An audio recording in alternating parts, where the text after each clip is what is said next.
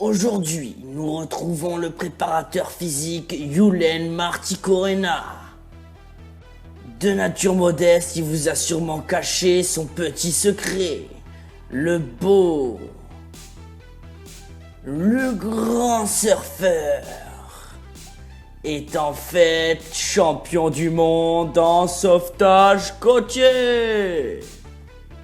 Solide de la tête jusqu'aux pieds, il nous fait une prépa sur le ski. Eh ouais, même si en maillot il est à l'aise, vous allez voir qu'en combi il est pas mal non plus. Et ça pompe, et ça pompe. Salut les bronzés, j'espère que vous allez bien. Et oui, ce matin c'est moi qui fais la séance basée sur la fréquence gestuelle d'ailleurs. La fréquence gestuelle correspond à un nombre de mouvements exécutés en un temps donné.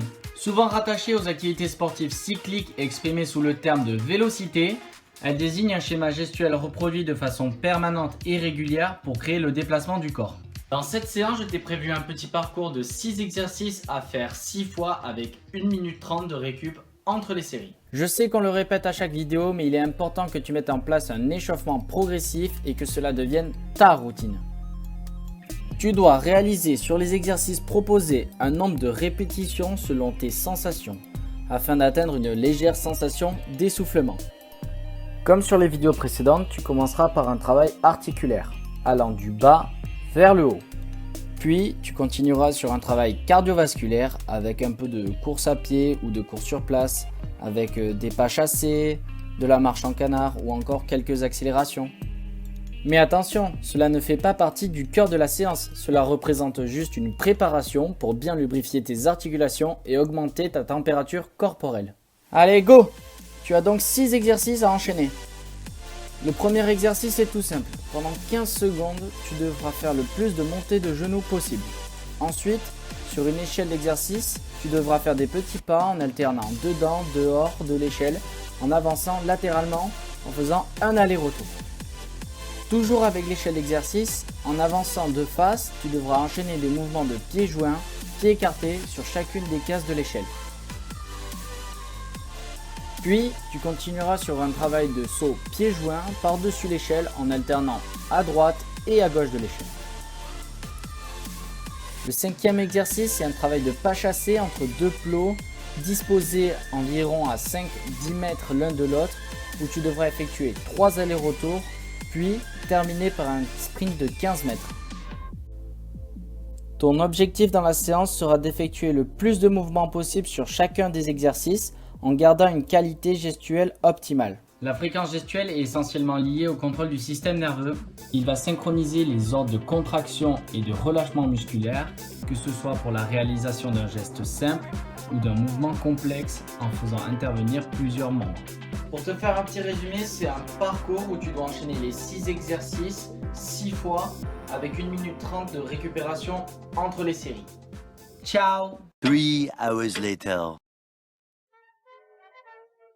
Petite chaise pour me reposer les pieds. Je m'installe tranquillement dans le canapé.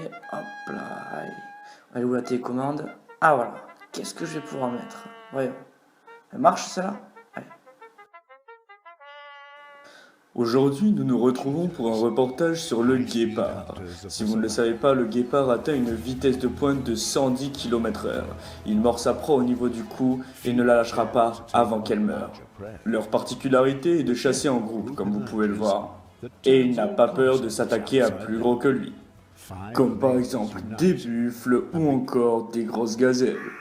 Ah bah oui Quentin, si ça t'intéresse pas, tu sais, tu peux partir, pas de problème. Vas-y, va faire ton sport. Oui.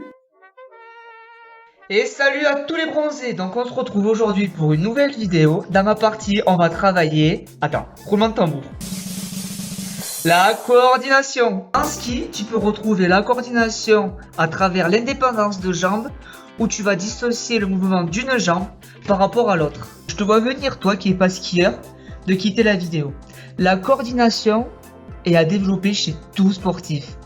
Un mouvement harmonieux exige une bonne coordination motrice et elle permettra d'effectuer des gestes précis dans ton sport, donc pas que le ski. Comme je te l'ai dit dans mes vidéos précédentes, il faut que tu mettes en place un échauffement progressif. Il s'agit de ta routine, celle qui te correspond. Tu fais en fonction de tes sensations.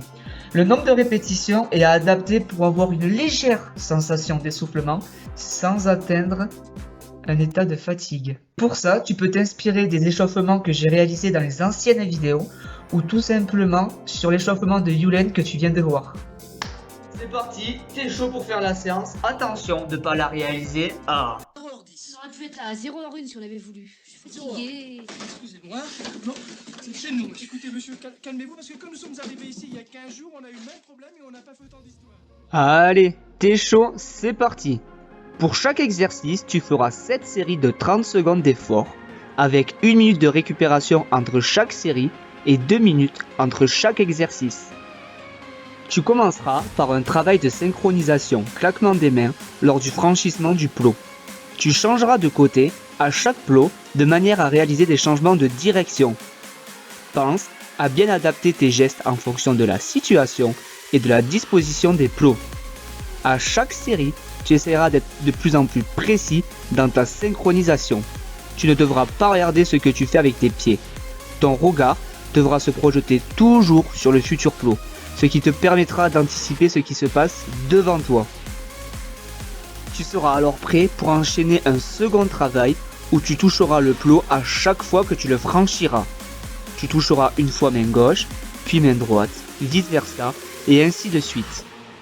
Le positionnement de tes appuis sera déterminant au moment où tu devras toucher le plot. En fonction de la distance pied-plot, la flexion de ton tronc sera plus ou moins importante. À chaque série, tu essaieras d'être le plus fluide possible. Pour finir, on mixera ces deux exercices. Tu viendras claquer des mains, puis tu te baisseras pour toucher le plot. Au fur et à mesure des séries, tu devras trouver le bon timing pour effectuer les actions claquer-toucher au bon moment et selon le bon rythme. Tu respecteras l'enchaînement claquer puis toucher de façon coordonnée. Ta fréquence gestuelle devra s'améliorer au fil des passages.